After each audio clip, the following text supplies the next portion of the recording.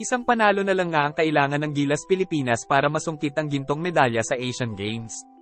3 dekada na din nga ang nakalipas nang huli tayong lumaban para sa gold medal sa tournament na ito.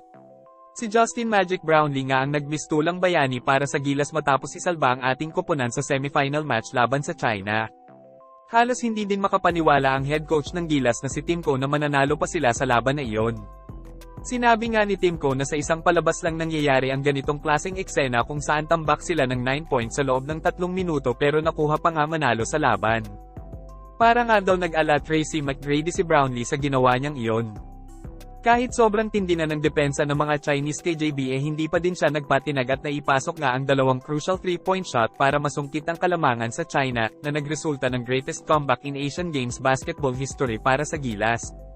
Matapos nga ang laban ay sinabi ni Brownlee na umiral sa kanya ang pusong Pinoy at pinakita ang never say die spirit kagaya ng pinakita niya sa Hinebra.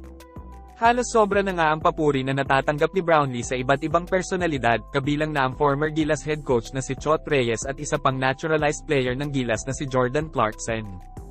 Pinakita ni Chot ang kanyang kagalakan sa pamamagitan ng pag-tweet sa kanyang social media account. Ganon nga din ang naging reaksyon ni Clarkson nang mag-tweet siya ng puso. Matatandaan nga na mas pinili ni Chot Reyes si Clarkson kaysa kay Brownlee na maging naturalized player ng Gilas sa kakatapos lang na FIBA World Cup. Isa na siguro itong patunay na mas karapat-dapat talaga si Brownlee sa World Cup.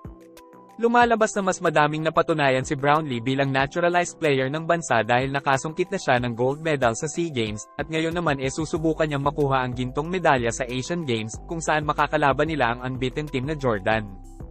Ang Gilas at Jordan ay nagharap na sa elimination round kung saan tinambakan ng Jordan ang Gilas sa score na 87-62.